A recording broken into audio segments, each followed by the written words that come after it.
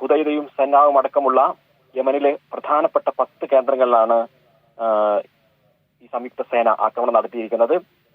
പലയിടങ്ങളിലും യുദ്ധവിമാനങ്ങൾ ആക്രമണം നടത്തി തിരിച്ചു പോവുകയായിരുന്നു എന്നാണ് റിപ്പോർട്ടുകൾ.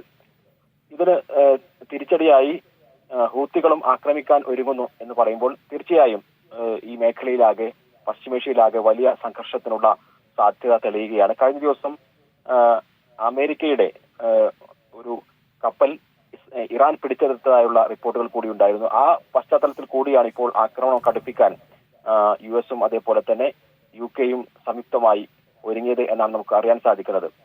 കഴിഞ്ഞ ദിവസം UN രക്ഷാസമിതിയിൽ ഈ ഹൂത്തികളുടെ സൈനിക നടപടിക്കെതിരെ വലിയ അമർഷങ്ങൾ ഉണ്ടാവുകയും ആ വിഷയത്തിൽ ഒരു പ്രമേയം പാസ്സാവുകയും ചെയ്തിരുന്നു. അതിന്റെ അടിസ്ഥാനത്തിൽ UN-ന്റെ കൂടിയൊരു പിന്തുണ അല്ലെങ്കിൽ UN-ലുള്ള രക്ഷാസമിതിയിലുള്ള വലിയ വിഭാഗത്തിന്റെ പിന്തുണ തങ്ങൾക്കുണ്ട് എന്നുള്ള ഒരു കരുത്തിലാണ് അമേരിക്കയും ബ്രിട്ടനും ഇത്തരമൊരു ആക്രമണത്തിലേക്ക് ഒരുങ്ങിയത്.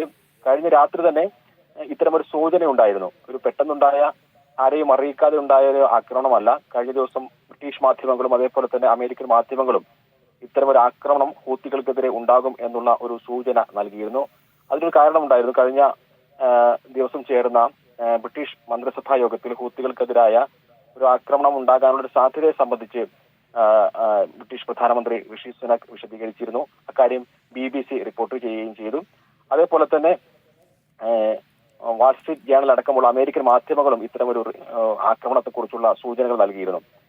ഇപ്പോൾ അവർ പറയുന്നത്, അമേരിക്കയും UK-യും വിശദീകരിക്കുന്നത്, ഹൂത്തികളുടെ പ്രധാന സൈനിക കേന്ദ്രങ്ങൾക്ക് നേരെ ചുരുങ്ങിയ തോതിലുള്ള ആക്രമണം മാത്രമാണ് നടത്തുന്നത്. ഈ യുദ്ധം വ്യാപിപ്പിക്കാൻ തങ്ങൾക്ക് സാധ്യതയില്ല, അതിനുള്ള ഒരുക്കമല്ല എന്ന രൂപത്തിൽ തന്നെയാണ് പറയുന്നത്. പക്ഷേ യമൻ എന്ന് പറയുന്ന മറ്റൊരു രാജ്യത്ത് കടന്നു കയറുമ്പോൾ ഉണ്ടാകുന്ന പ്രത്യാഘാതങ്ങൾ തീർച്ചയായും വരും ദിവസങ്ങളിൽ ഉണ്ടാകും എന്നുള്ളത് തീർച്ചയാണ്.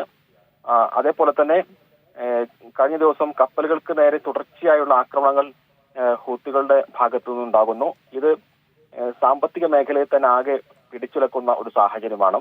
12% വരുന്ന ചരക്ക് കപ്പലുകൾ നീങ്ങുന്ന ഇടമാണ് എന്ന് നമുക്കറിയാം. അതുകൊണ്ട് തന്നെ ഈ ചെങ്കടലിൽ അമേരിക്കയുടെ നേതൃത്വത്തിലുള്ള യുദ്ധക്കപ്പലുകൾ നിരന്നു നിന്നിട്ടും അവിടെ വീണ്ടും ആക്രമണങ്ങൾ ഉണ്ടാകുന്ന സാഹചര്യത്തിൽ ഇതിനെങ്ങനെയാണ് പ്രതിരോധിക്കുക എന്നുള്ള വിഷയത്തിൽ വലിയ പ്രതിസന്ധിയായിരുന്നു അമേരിക്കയും അതേപോലെ സുഹൈൽ. ഇതുവരെ ഹൂത്തികളുടെ ഒരു ആക്രമണം ചെങ്കടൽ കേന്ദ്രീകരിച്ചായിരുന്നു. അവിടെ അതുവഴി കടന്നുപോകുന്ന ഇസ്രായേലിലേക്കുള്ള എല്ലാ ചരക്ക് കപ്പലുകൾക്ക് നേരെയുമായിരുന്നു ഹൂത്തികളുടെ ആക്രമണം. ഇപ്പോൾ ഹൂത്തി കേന്ദ്രങ്ങളിൽ US-ന്റെ സംയുക്ത സേനയുടെ ആക്രമണം ഉണ്ടാകുന്നു. അതിന് US-ന് പിന്തുണ നൽകുന്ന എല്ലാ രാജ്യങ്ങളും തിരിച്ചടി നേരിടേണ്ടി വരുമെന്ന് ഹൂത്തികൾ മറുപടി നൽകുമ്പോൾ അത് ചെങ്കടൽ കേന്ദ്രീകരിച്ചില്ല, അതിലും അപ്പുറത്തേക്ക് അവരുടെ ഒരു ആക്രമണം, ഒരു തിരിച്ചടി ഉണ്ടാകുമെന്നാണോ പ്രതീക്ഷിക്കേണ്ടത്?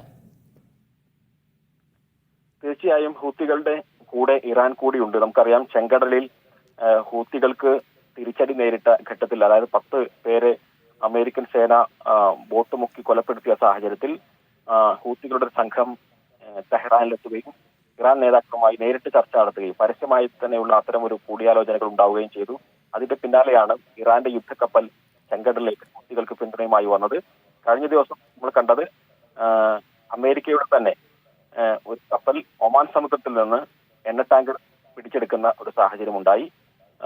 അപ്പോൾ ഇറാൻ കൂടി പ്രത്യക്ഷമായി തന്നെ ഈ യുദ്ധമുഖത്ത് ഉണ്ട്. ഇതിന്റെ കൂടി പശ്ചാത്തലത്തിൽ ഈ മേഖലയിൽ യുദ്ധം വ്യാപിക്കാനുള്ള ഒരു സാഹചര്യം മുൻകൂട്ടി കാണുന്നു. ഏത് രൂപത്തിലാണ് തിരിച്ചടി ഉണ്ടാവുക എന്ന് ഇപ്പോൾ പറയാനാവില്ല എന്നതടക്കം ഇപ്പോൾ ഹൂത്തികൾ പറയുന്നുണ്ട്. ഈ വിഷയത്തിൽ നേരത്തെ യമനുമായി അല്ലെങ്കിൽ ഹൂത്തികളുമായി സംഘർഷത്തിൽ ഏർപ്പെട്ടിരുന്ന സൗദി അറേബ്യ അടക്കമുള്ള രാജ്യങ്ങൾ അവരുമായി സംഘർഷത്തിൽ ഏർപ്പെടാൻ ഇനി ആഗ്രഹിക്കുന്നില്ല എന്ന് യമൻ വ്യക്തമാക്കുന്നുണ്ട്. നേരത്തെ ചൈനയുടെ മധ്യസ്ഥതയിലായിരുന്നു യമനും സൗദിയും തമ്മിലുണ്ടായിരുന്ന തർക്കങ്ങൾ പരിഹരിച്ചിരുന്നത്. അപ്പോൾ ഈ മേഖലയിലേക്കടക്കം കൂടുതൽ സംഘർഷങ്ങൾ വ്യാപിക്കാതിരിക്കാനാണ് US സ്റ്റേറ്റ് സെക്രട്ടറി ആന്റണി ബ്ലിങ്കന്റെ പശ്ചിമേഷ്യൻ സന്ദർശനം എന്ന് പറയുമ്പോൾ അദ്ദേഹം മടങ്ങിയ അതേ ദിവസം തന്നെ സംഘർഷം വ്യാപിക്കുന്ന തരത്തിലുള്ള നീക്കങ്ങളിലേക്ക് അമേരിക്കയും ബ്രിട്ടനും കടക്കുന്നു എന്നുള്ളത് വളരെ വിചിത്രമായിട്ടുള്ള സംഗതിയാണ്. കാരണം ഈ മേഖലയിൽ യുദ്ധം വ്യാപിക്കാതിരിക്കുക എന്നതല്ല ഇവരുടെ തീരുമാനമെന്നും ഇസ്രായേലിന് പൂർണ്ണമായ പിന്തുണ നൽകുകയും സ്ഥാനാന്തര ഗസയിൽ ഇസ്രായേലിനും അമേരിക്കക്കും അനുകൂലമായിട്ടുള്ള ഒരു ഭരണകൂടത്തെ സ്ഥാപിക്കുക എന്നുള്ളതായിരുന്നു.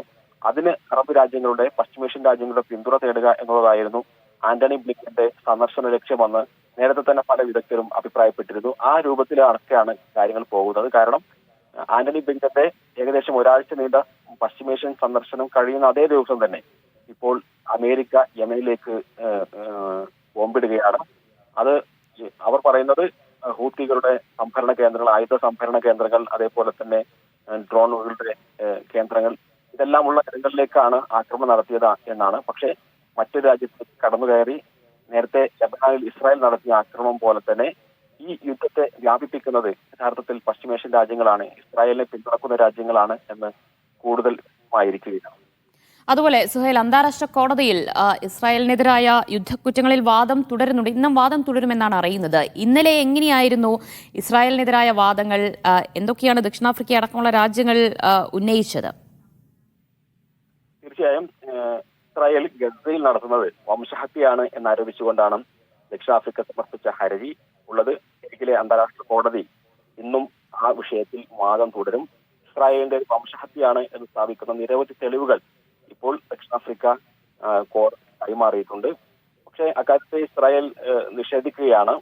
ഹമാസിനെ പിന്തുണക്കുന്നതാണ് യഥാർത്ഥത്തിൽ ദക്ഷിണാഫ്രിക്കയുടെ നടപടി എന്ന് പറഞ്ഞുകൊണ്ടാണ് പ്രതിരോധം ഒരുക്കുന്നത്. പക്ഷേ ആ പ്രതിരോധം എല്ലാം പാളിപ്പോകുന്ന കാര്യമാണ് നമ്മൾ ഈ ഹേഗിലെ കോടതിയിൽ നിന്ന് കണ്ടത്. കാരണം ഇത്രയും വ്യക്തമായ രൂപത്തിലുള്ള പലതരത്തിലുള്ള പ്രസ്താവനകളടക്കം ഇസ്രായേലി മന്ത്രിമാരുടെ പ്രസ്താവനകളും IDFന്റെ പ്രവർത്തനങ്ങളും വെച്ചുകൊണ്ട് തന്നെയാണ് കോടതിയിൽ ദക്ഷിണാഫ്രിക്ക വാദിച്ചുകൊണ്ടിരിക്കുന്നത്. ആ വിഷയത്തിലുള്ള വാദം ഇന്നും ഏതായിരുന്നാലും തുടരും.